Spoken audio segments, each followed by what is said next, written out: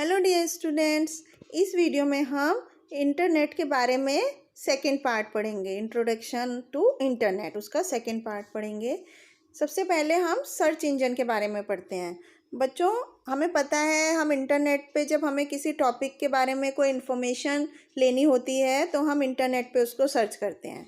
तो ये संभव नहीं है कि हम बहुत सारी वेबसाइट्स के एड्रेस को याद रख पाएँ, तो इसलिए एक ऐसा सॉफ्टवेयर बनाया गया है जिसे हम सर्च इंजन बोलते हैं। तो सर्च इंजन स्क्रीन में क्या होता है, एक सर्च बॉक्स होता है जहाँ पर हम अपने कीवर्ड्स टाइप कर सकते हैं। कीवर्ड क्या होता है? कीवर्ड एक ऐसा वर्ड है जो कि हमें इंफॉर्मेशन देता है जिसके लिए हम सर्च कर रहे हैं। तो हम अपने सर्च इंजन में वो कीवर्ड डाल देते हैं जिसके बारे में हमें इंफॉर्मेशन लेनी होती है। तो सर्च इंजन उस इंफॉर्मेशन से रिलेटेड कीवर्ड को तक पहुंचता है और हमें वेबसाइट्स की एक लिस्ट दिखा देता है। उसमें से हम अपनी वेबसाइट को क्लिक करके उसके बारे में इंफॉर्मेशन देख सकते हैं। तो कुछ सर्च इंजन्स हैं जो कि यहाँ पर बताए गए हैं। गूगल, जिसको हम बोलते हैं बिंग, याहू सर्च और आस्क। ये कुछ ऐसे सर्च इंजन्स हैं जिनमें जाकर हम अपनी इंफॉर्मेशंस को सर्च कर सकते हैं। अब हम पढ़ते हैं कि इंटरनेट के एडवांटेजेस, क्या क्या फ़ायदे हैं इंटरनेट के। तो हमें पता है कि इंटरनेट हमारे लिए बहुत ज़्यादा यूज़फुल है। इंटरनेट आज के टाइम में इतना ज़्यादा पॉपुलर है, इतना ज़्यादा फास्ट है और इसमें खर्च भी नहीं होता ज़्यादा, और ये बहुत ही आरामदायक है। और ग्लोबली हम इस पर कहीं पर भी रहते हैं तो भी हम इस पर काम कर सकते हैं। तो हम क्या क्या फ़ायदे हैं इंटरनेट के? सबसे पहले तो ये बहुत ज़्यादा फास्ट होता है, इसमें हम किसी भी इंफॉर्मेशन को बहुत जल्दी ले सकते हैं। सेकंड, इनएक्सपेंसिव, हमें इंटरनेट को एक्सेस बहुत ही कम पैसे में हम मिल जाता है। तीसरा, कन्वीनियंस, इंटरनेट को हम कहीं पर भी किसी भी समय एक्सेस कर सकते हैं। फोर्थ, ग्लोबली, कि हम दुनिया के किसी भी हिस्से में अगर हैं तो हम इंटरनेट को आराम से कनेक्ट कर सकते हैं। तो इस तरह से इंटरनेट के हमें ये मेनली 4 फ़ायदे हैं। उसके साथ ही साथ हमें इंटरनेट के कुछ डिसएडवांटेज भी हैं, कुछ नुकसान भी हैं। इंटरनेट यूज़ करना हमें कुछ तरीके से हार्मफुल भी हो सकता है, जैसे कि अनहेल्दी। बहुत से बच्चे होते हैं जो ज़्यादातर टाइम इंटरनेट पर ही खेलते रहते हैं, काम करते रहते हैं, तो उससे उनकी फिज़िकल एक्सरसाइज नहीं हो पाती है या वो खेलना पसंद नहीं करते हैं, वो घंटों तक एक ही जगह पर बैठे रहते हैं, तो इससे उनकी हेल्थ ख़राब होती है। सेकंड, इनकरेक्ट इन्फॉर्मेशन, कई बार इंटरनेट से हमें जो इन्फॉर्मेशन मिलती है वो पूरी तरह सच नहीं होती है। एंड थर्ड, डेंजरस, इंटरनेट एक बहुत ही ख़तरनाक जगह है क्योंकि हम इस पे वो सब चीज़ें कर सकते हैं, बहुत सारी चीज़ें कर सकते हैं और ऐसे लोगों से भी कनेक्ट हो सकते हैं जो हमें नुकसान पहुंचा सकते हैं। तो बच्चों, someone who uses the internet in a safe and responsible way is called a digital citizen. Digital citizen हम किसको बोलते हैं? जो इंटरनेट को बहुत ही सुरक्षित और जिम्मेदार तरीके से यूज़ करता है, उसको हम डिजिटल सिटीजन बोलते हैं।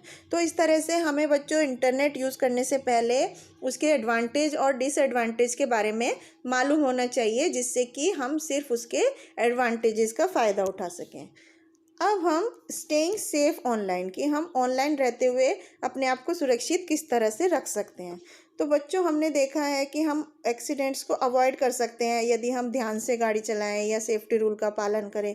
तो उसी तरह से हमें घर पर, स्कूल में, रोड पर, प्लेग्राउंड में बहुत सारे सेफ्टी रूल्स को फॉलो करना पड़ता है। ठीक उसी तरह से इंटरनेट को भी यूज़ करते समय हमें कुछ रूल्स को फॉलो करना पड़ता है जिससे कि हम सेफ़ रहें। तो कुछ ऑनलाइन सेफ्टी के रूल्स को अब हम समझेंगे, जिससे कि हम ऑनलाइन इंटरनेट यूज़ करते समय अपने आप को सेफ़ रख सकते हैं, अपने आप को किसी भी होने वाले नुकसान से बचा सकते हैं। तो सबसे पहले बच्चों, हमें अपने पेरेंट्स से परमिशन लेनी चाहिए हमेशा, जब भी हम कोई गेम खेलते हैं या हम इंटरनेट पर किसी ग्रुप से चैटिंग करते हैं, उससे पहले हमें अपने पेरेंट्स से परमिशन लेनी चाहिए। सेकंड, हमें कभी भी ऐसे लोगों से ऑनलाइन चैटिंग नहीं करनी चाहिए जिनको हम नहीं जानते हैं। एंड थर्ड, हमें अपने फ़ोटोग्राफ्स को कभी भी इंटरनेट पर लोगों से शेयर नहीं करना चाहिए बिना अपने पेरेंट्स के परमिशन के। एंड फोर्थ, कुछ लोग होते हैं जो इंटरनेट का मिसयूज़ करते हैं, मतलब गलत इस्तेमाल करते हैं और वो दूसरों को मुसीबत में डाल देते हैं। तो इसलिए हमें ऐसे लोगों को अपने दोस्त नहीं बनाने चाहिए जो इंटरनेट का मिसयूज़ करते हैं। नेक्स्ट, हमें अपनी पर्सनल इन्फॉर्मेशन इंटरनेट पर नहीं डालनी चाहिए। इस जैसे कि हमारा एड्रेस है, ईमेल एड्रेस है, पासवर्ड है, मोबाइल नंबर है, हमारे स्कूल का नाम और इस तरह की जो हमारी पर्सनल डिटेल्स होती हैं वो हमें इंटरनेट पर शेयर नहीं करनी चाहिए। इसके अलावा हमें यदि एक वेबसाइट ऐसी मिलती है जिससे हम अनकंफर्टेबल हैं, मतलब जिसको यूज़ करने में हम अनसेफ फील कर रहे हैं, तो हमें उसे तुरंत छोड़ देना चाहिए। उसके बाद हमें किसी बड़े को ये ज़रूर बताना चाहिए कि हम किस लिए चिंता में हैं। यदि हम ऑनलाइन होकर हम कुछ अनकंफर्ट फील कर रहे हैं तो हमें किसी बड़े को ये चीज़ बतानी चाहिए। एंड नेक्स्ट, हमें अपना सारा फ्री टाइम इंटरनेट पर नहीं स्पेंड करना चाहिए। हमें अपने दोस्तों के साथ भी खेलना चाहिए और दूसरी भी एक्टिविटीज़ करनी चाहिए जब हमारे पास फ्री टाइम होता है। इससे हमारी हेल्थ अच्छी होती है, हमारा फिज़िकल डेवलपमेंट होता है। तो इस तरह से बच्चों, हमें इंटरनेट को कब यूज़ करना है, किस तरीके से यूज़ करना है, ये सब जानकारी हमने इस चैप्टर में पढ़ी।